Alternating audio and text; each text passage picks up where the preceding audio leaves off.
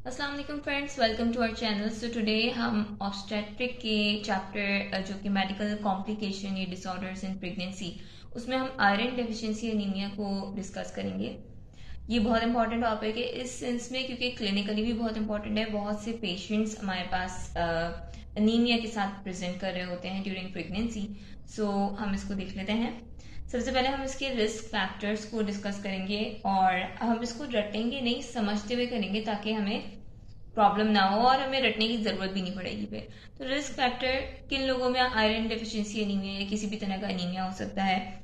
एक तो अगर एक लेडी है विद मल्टी पैरिटी, तो ऑब्वियसली जितनी बार पैरिटी हुई है उतनी बार ब्लड लॉस हुआ है, तो उसमें ब्लड लॉस ज्यादा हुआ है, तो इस वजह से मल्टी पैरस वुमेन, ठीक है, मल्टी पैरस उनमें होता है, उनमें रिस्क है एनीमिया का। आफ्टर दैट इसके अलावा ज्यादातर जो मेल नरिश्ड लोग होते हैं, लो सोशियो इकोनॉमिक इन्वायरमेंट से बिलोंग कर रहे होते हैं, उनमें अनीमिया ज्यादातर देखा जाता है। तो यहाँ पे मेल नरिशमेंट लिख देते हैं।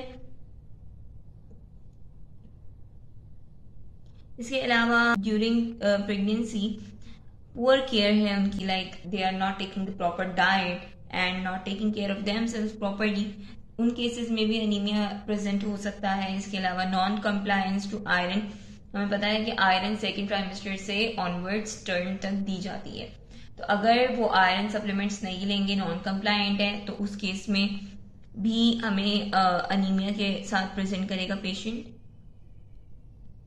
Non compliance to iron.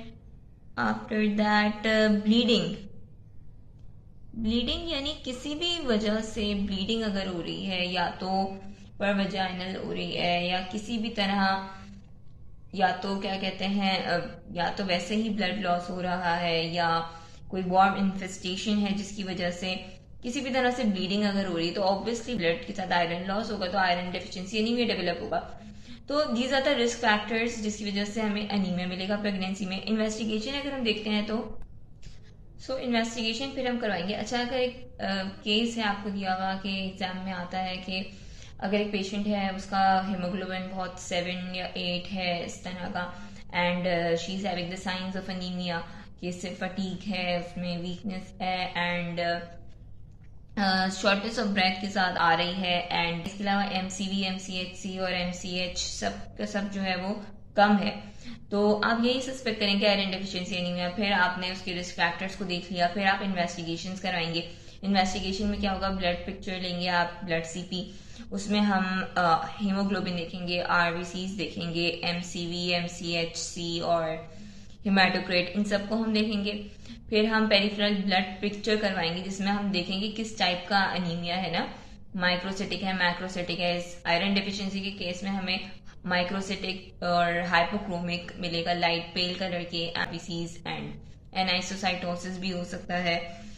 इसके अलावा हमें ये सब देखने को मिलेगा पेरिफेरल ब्लड पिक्चर में। फिर हम सीरम फेरेटिन कराएंगे क्योंकि हम आयरन डेफिशिएंसी एनीमिया को देख रहे हैं, तो serum ferritin is the stored form of iron, तो ऑब्वियसली जब आयरन कम होगा तो स्टोर्ड फॉर्म भी यूटिलाइज हो जाएगी, तो सीरम फेरेटिन विल बी लो। अच्छा, देन ट्रांसफेरेंट सेचुरेशन। ट्रांसफेरेंट जो है वो आयरन को ट्रांसपोर्ट कर रहा होता है, ट्रांसफर कर रहा होता है, तो जब आयरन कम है तो जो ट्रांसफेरेंट है जो उसे ट्रांसपोर्ट करता है, तो उनके पास वो तो आयरन से सेचुरेटेड नहीं होंगे, तो जब आयरन कम होगा तो ट्रांसफेरेंट सेचुरेशन भी कम होगी। टोटल आयरन बाइंडिंग कैपेसिटी ये बढ़ी हुई होगी, क्योंकि जब आयरन कम है तो फिर ज्यादा बाइंडिंग कैपेसिटी तो बढ़ी हुई है ना, कि हाँ आयरन आया और उससे बाइंड किया जाए, लेकिन आयरन ही नहीं है, तो कैपेसिटी उसकी बढ़ी हुई होगी। एंड सीरम आयरन जो कि अगेन कम होगा, तो हमें ये सब इन्वेस्टिगेशन में मिलेगा। सो नाउ हम रिस्क को देखते हैं कि मदर और फीटस में एनीमिया की वजह से क्या रिस्क होंगे, क्या क्या प्रॉब्लम्स होने के चांसेस हैं। तो मदर में सबसे पहले एक तो एनीमिया की कमी से obviously oxygen is affected, so mortality morbidity का रिस्क ज्यादा है। एंड देन कार्डिक फेलियर, इसमें हाई आउटपुट कार्डिक फेलियर होता है, यानी अनीमिया इतना सीवियर होता है तो हार्ट जो है ज्यादा ब्लड पंप करने की कोशिश करता है ताकि जो बॉडी की ऑक्सीजन की डेफिशिएंसी है वो पूरी कर सके, लेकिन अगेन वो नहीं हो पाती, आउटपुट ज्यादा होने की वजह से भी नहीं हो पाती, तो देन जो है वो हाई आउटपुट कार्डियक फेलियर की तरफ जा रही होती है बात। देन इमरेजेस हो सकते हैं, साइनोसिस होगा मदर को and hypoxia obviously. Then foetus में हमें क्या क्या मिल सकता है, intrauterine growth retardation, because obviously blood कम है, उसको न्यूट्रिशन सही से नहीं मिल रहा, एवरीथिंग ऑक्सीजन। बाकी IUGR के अलावा प्रीटर्म डिलीवरी हो सकती है, उस केस में IUD यानी इंट्रायूट्राइन डेथ हो सकती है। ये सब तो कॉमन सी बातें हैं और कॉमन सेंस भी है, हम अगर इसको समझते हुए भी करेंगे तो हमें रटने की जरूरत नहीं है। Then foetal hypoxia and foetal hypoxia की वजह से कंजेनाइटल एनामलीज वगैरह कैन डेवलप। नाउ हम जल्दी से इसकी मैनेजमेंट को देख लेते हैं।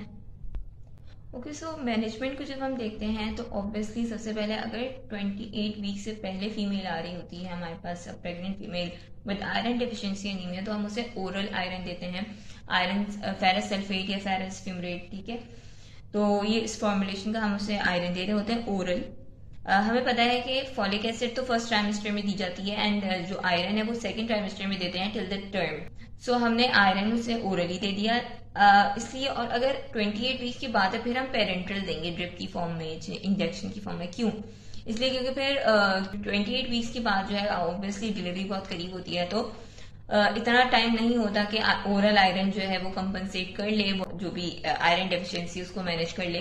तो हम पेरेंटली देते हैं और पेरेंटल फॉर 3 वीक्स देते हैं, बाकी पहले पेरेंटली ही कोशिश करते हैं देने की। लेकिन अगर 28 वीक्स के बाद आई है और हीमोग्लोबिन इज लेस देन 8 ग्राम पर डेसीलीटर, तो हम जो है उसे ब्लड ट्रांसफ्यूज करेंगे। बाकी ट्रीट द कॉज का मतलब यह है कि जिस भी वजह से एनीमिया डेवलप हुआ है, या तो कोई बॉन्ड इन्फेस्टेशन भी हो सकती है ना, या ब्लीडिंग हो रही है, तो उस सबको हम उस कॉज को ट्रीट करने की कोशिश करेंगे, उसे रोकेंगे। जब कॉज ही नहीं रहेगी तो फिर ये मैनेज हो जाएगा। So this was all about iron deficiency anaemia in pregnancy. So hope you like this video. अगर आपको वीडियो अच्छी लगी हो तो वीडियो को लाइक कीजिए और अपने फ्रेंड्स के साथ शेयर कीजिए, और अगर आप चैनल पर नए हैं तो kindly subscribe to our channel.